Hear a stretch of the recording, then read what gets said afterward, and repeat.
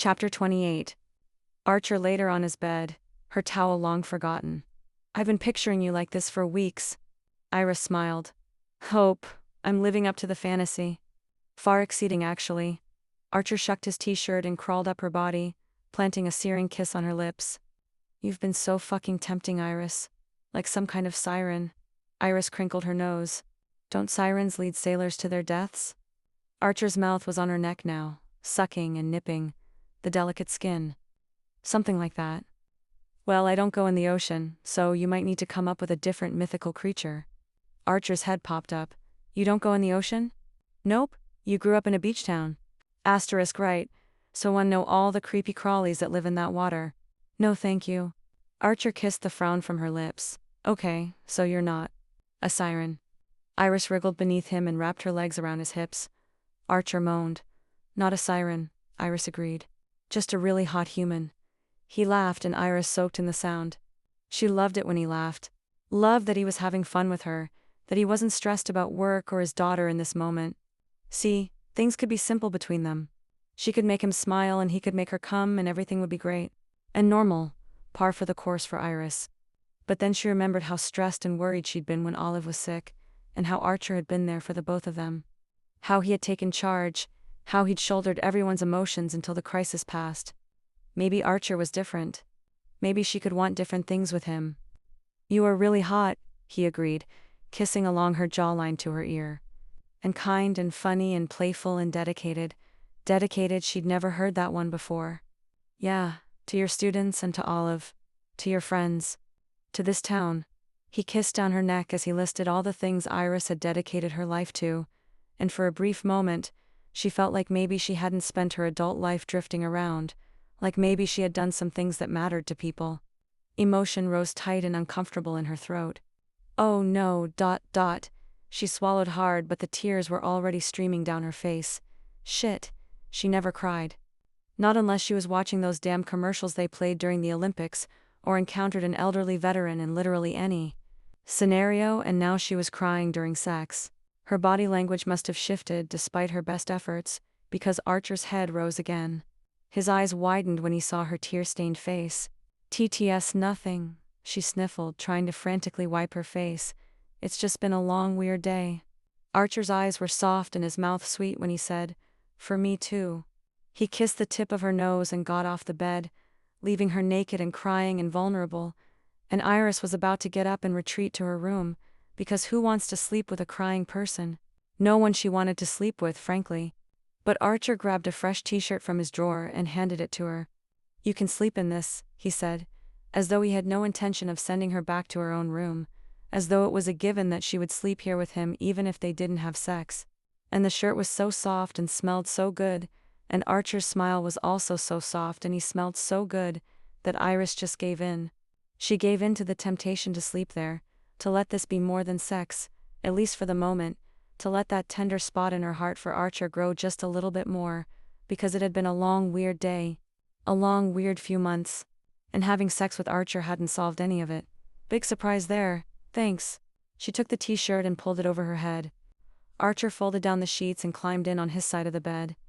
Iris got in after him and he immediately wrapped his arms around her, tucking her little spoon into his big one, her back to his.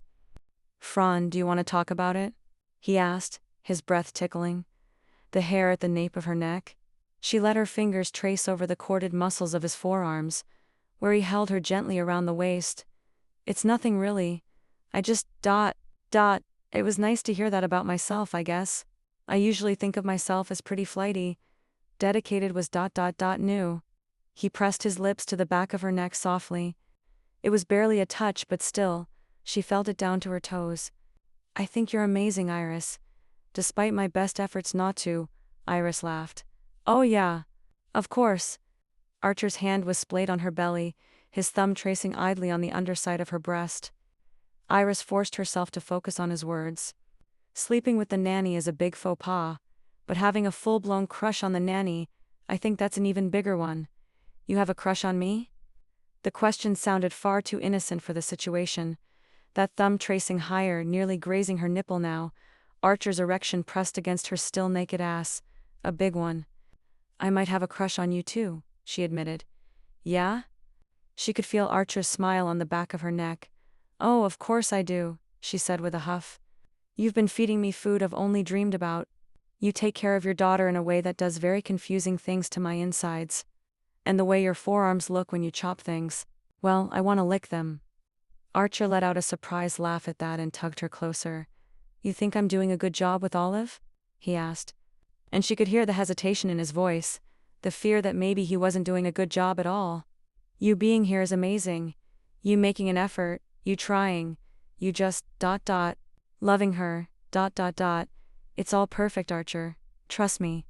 She was glad she wasn't facing him because a few more tears slipped down her cheeks, but he must have sensed it. 11. Anyway. His arms tightened around her. "This can be whatever you want, Iris," he said. "But just know, I'm here for you too. If you want me to be." Iris sighed. "You had me with those forearms, you didn't have to be all sweet too." His mouth was on her neck again. "Can't rely solely on these good looks. I'm still not making any promises," she said, her voice going breathy as Archer sucked on the delicate skin where her neck met her shoulder. "I'm not asking for any." He slid his hand higher until he cupped her breast through her shirt. "This okay?" Iris murmured, letting her body take over. Archer's movements were slow and languid now, his hands roving across her skin, savoring her like he said he would. He let one hand slide up her shirt, brushing his knuckles over the curve of her breast and grazing the nipple. Iris sucked in a breath, and he chuckled in her ear, doing it again. His other arm was still wrapped around her, his hand pressed to her belly, holding her tight against him. Iris felt hot and restless all over, his touch too unhurried, too light. "Archer," she breathed. "Do something." He chuckled again, his laugh coasting over her skin. "I am doing something, Iris. I'm finally touching this sweet body of," she groaned in frustration. Wriggling against him, feeling the hard, heavy weight of him on her backside. He bit back a groan. "Iris," he ground out, his hand snaking between her legs. She lifted her top leg over his, resting it on top of his thigh. His fingers found her wet and waiting, but instead of pressing right to her chit like he had that first night, this time he used soft strokes. She could barely feel, light flicks that made her want to climb out of her skin. "Archer," she nearly growled. "Please. Do you always want it so hard and fast?" he asked, still teasing her, still tracing his fingers over where she wanted him, but never with enough pressure. "Usually yes. No one's ever taken their time with you. I never wanted them to," she confessed. "Do you want me to?" he whispered, using his other hand to cup her breast, rolling the nipple between his fingers. Pleasure shot through her body, hot and sharp. What did she want? Pinned to Archer's body, his hands torturing her, slowly, softly. Did she want him to take his time? Did she want to be savored? Wasn't that dangerous? Sex had always served one purpose in her life and one purpose only, to get off and move on. But this didn't feel like that at all. This felt like sinking. Did she want that? Further into whatever this thing was between her and Archer? "Yes," she said. And just because she liked to mess with him, even when she was vulnerable and needy in his arms, she added a "yes, chef." Archer groaned and rocked his hips against her in a way that suggested maybe he was reconsidering his idea about taking his time, if only just for a second. "Christ, Iris, how am I going to go to work if I get hard every time I hear 'yes, chef' now?" Iris's laughter was cut off by her moan when Archer finally pressed his fingers harder, moving them in tight circles. "Like that," she crooned as Archer's hand worked between her legs. Iris let her head drop back against his chest, and gave in to the feeling of Archer's touch on her body, to the pleasure he was slowly and tortuously bringing.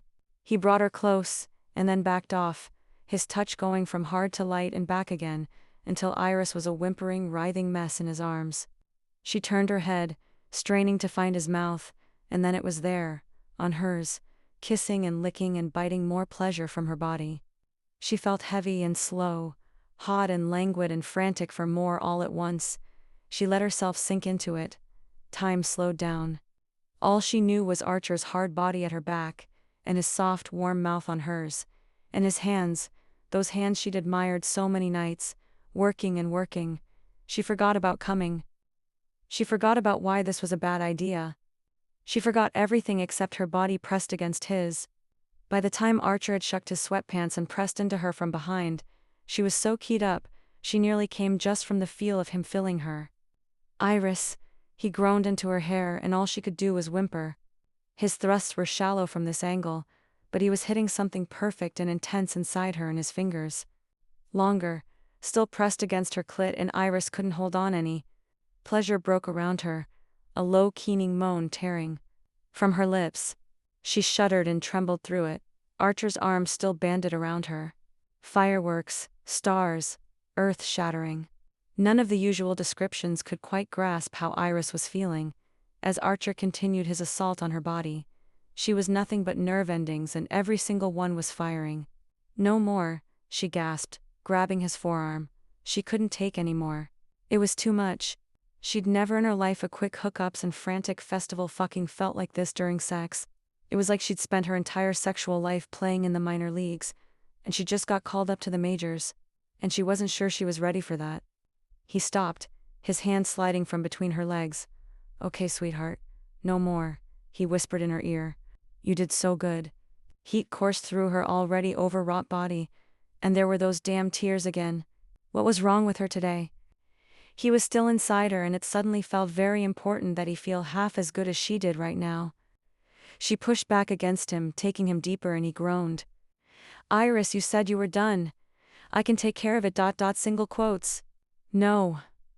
She clenched around him, eliciting another cracked moan from his lips. "I said I was done. It's your turn. I want you to come, Archer. Please." She sounded desperate and half crazy, and maybe she was. Maybe she'd finally lost it, but her body was still humming with everything he'd done to her, and she wanted him to feel it too. She wanted him to feel good. "It's not going to take much," he said, thrusting into her again. Pleasure immediately started to build again with each shallow thrust, and as his breathing increased, so did hers. She could feel his heartbeat racing against her back, and when he came gasping and moaning into her hair, she came again too, fast and hard and perfect. They lay there, melded together, limbs tangled, and Iris could feel every bit of blood flowing through her body, every fast thump of her heart. Eventually, Archer pulled out and Iris rolled to her back. She was sweaty and sticky, and she couldn't stop smiling. Archer kissed the shoulder that was peeking out of his t-shirt. She'd never taken it off. "You okay?" he asked. She murmured. "You?" He was looking down at her now, propped on an elbow, and there was something warm and tender and dangerous in his expression. And all the reasons this was a bad idea came flooding back in. It was going to hurt him and that little girl.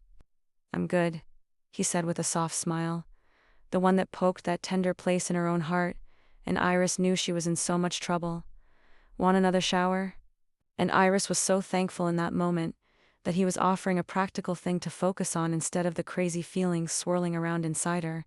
"Yes, definitely." She got up and let Archer pull the t-shirt over her head, let him get in the shower with her, let him shampoo her hair, scrubbing those magic fingers over her scalp. She let him help her out and wrap her in a fuzzy towel and escort her back to bed. She let him tuck her in and wrap his body around hers again. But she didn't let herself think about any of it, about what it meant, about why she liked it so much, about what she was going to do next.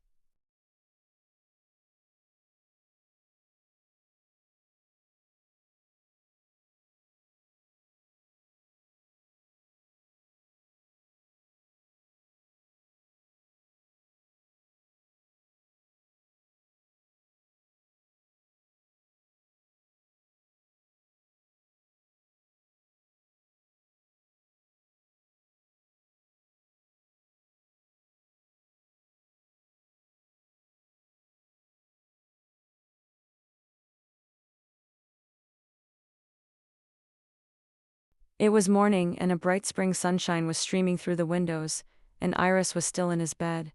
And this time she was here on purpose. She was snoring lightly, her hair spread across his pillows.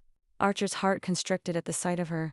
He liked this girl a lot, and last night had been incredible, but she'd been honest with him. She wasn't sure she wanted anything beyond the physical, so he was just going to have to be content with that for the moment. Iris was still naked from last night, soft and warm next to him. It wouldn't be that hard to keep things purely physical. It should be ideal, actually.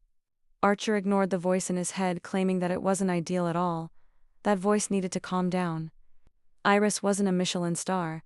She wasn't a head chef position. She wasn't an immaculate kitchen. He couldn't just set his mind to this goal and achieve it. All he could do was be here and hope she chose him.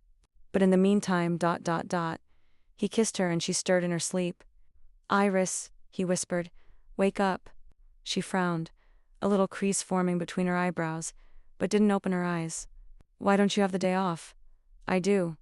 But I need your consent before I go down on you." Her frown flipped into a slow grin. He'd take it. "Okay, I'm awake. I consent." Her eyes were still closed, but he worked his way down her body, kissing and licking points of interest along the way, in ways he still hadn't gotten a chance to do last night. She was gorgeous in the morning, all supple, pliable limbs. He swirled his tongue around her nipple, sucking it into his mouth, and Iris's breathy gasp had him immediately hard. He worked his way down her stomach, letting his hands trace the curves of her hips. He nudged her legs apart and Iris complied, her hand coming into his hair. He hummed in approval. Archer had traveled the world, he'd worked in some of the best kitchens, with the best chefs, and so he'd had the opportunity to taste the best of the best, but nothing in his life tasted as good as Iris. Her hips bucked as he licked and sucked, her fingers digging into his scalp, and God, was it good. So damn good he couldn't stop thrusting into the mattress. Iris's taste, her sighs and moans, her hands on his head. He was going to come like this. He was going to come with his mouth on Iris, with his tongue sliding against her clit, and her legs trembling on his shoulders. She was surrounding him and he breathed her in, thinking he could die like this, thinking he wouldn't mind if he did, and when he could feel her getting closer, when her fingers tightened in his hair, her hips moving against his tongue, he thrust harder into the bed, pleasure quickly shooting down his spine.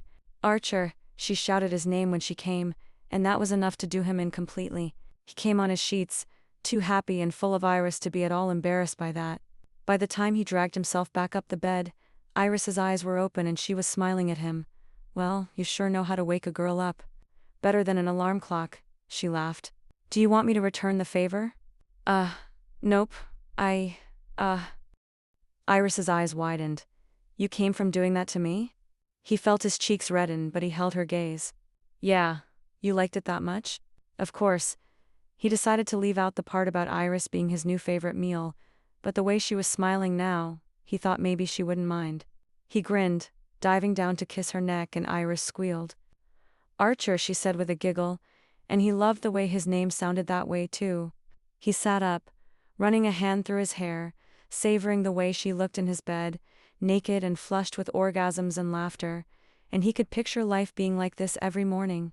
He wanted life to be like this every morning. He'd been worried at first about taking days off, but Gladys had insisted that he have one day off a week to spend with his family. Work-life balance, she'd called it, and now he finally understood. He finally wanted that. He didn't need to be in a kitchen every day of his life.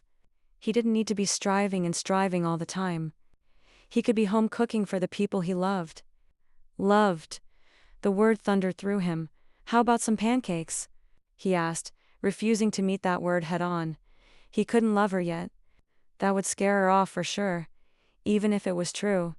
"Pancake, I may turn into one." She rolled her eyes. "Archer, if I have to eat another," he laughed. "Understood. How about an omelette?" "An omelette sounds perfect," she said with a smile. When they were showered and the sheets were changed, and she was at her usual seat at the island and Archer was cooking, he still had that feeling like he wanted to do this every day. "So what time do we need to pick up Olive?" Iris asked, as he scrambled the eggs. "Around noon." Olive, right. What were they going to do about her and all this? "I don't think we should tell her. I mean about us. About any of this," Iris said, getting to the heart of the matter, and of course that made complete sense. Why would they tell a 5-year-old that they'd fooled around? But it was probably just physical. That would be weird. But a part of him wished there was something to tell her. Definitely. "We don't want her thinking? Thinking that you're going to stick around, that we're dating, that you're going to be more than just her nanny. Iris huffed a laugh. "We don't want her thinking I'm going to be her new mom just because me and you are her new mom. Right, yeah. That would be too much because we're just..." The playful expression she'd worn in bed this morning was gone. "Archer, don't say it, Iris. You know we shouldn't do this." "Do what? We haven't done anything yet." I tried to be honest with you. I told you ... single quotes. He was around the island before she could finish, planting himself between her splayed knees. You told me and I heard. You. Just physical. I know. And we won't tell Olive. It's fine, Iris. She was right, of course. Olive couldn't know about this, and neither could anyone else. Would Corey and the custody corps allow him to keep his daughter, if he was caught fooling around with the nanny? Would they question the environment he was keeping her in? He honestly didn't know, but he couldn't risk it. Not now. Not when he knew he wanted to keep Olive forever. She frowned. I don't want to hurt you. He forced a laugh. You're not going to hurt me. I know exactly what this is, okay? Olive is the one we need to protect. You were right. We won't tell her, and life will go on as usual. With what? The occasional booty call? The smirk on his face was fake, but maybe Iris wouldn't notice. It's a great commute for a booty call. Right across the hallway. Can't beat it. Iris was still studying him, so he forced the smile wider. It's the perfect plan. She gave a little sigh, and he took the opportunity to kiss her, soft and sweet, until her body relaxed into his. Okay, as long as you're fine with it. Totally fine, he lied, returning to his place on the other side of the island. Now, mushrooms or peppers in your omelette, both. You got it. Mushrooms, peppers, his whole damn heart. She could have all of it.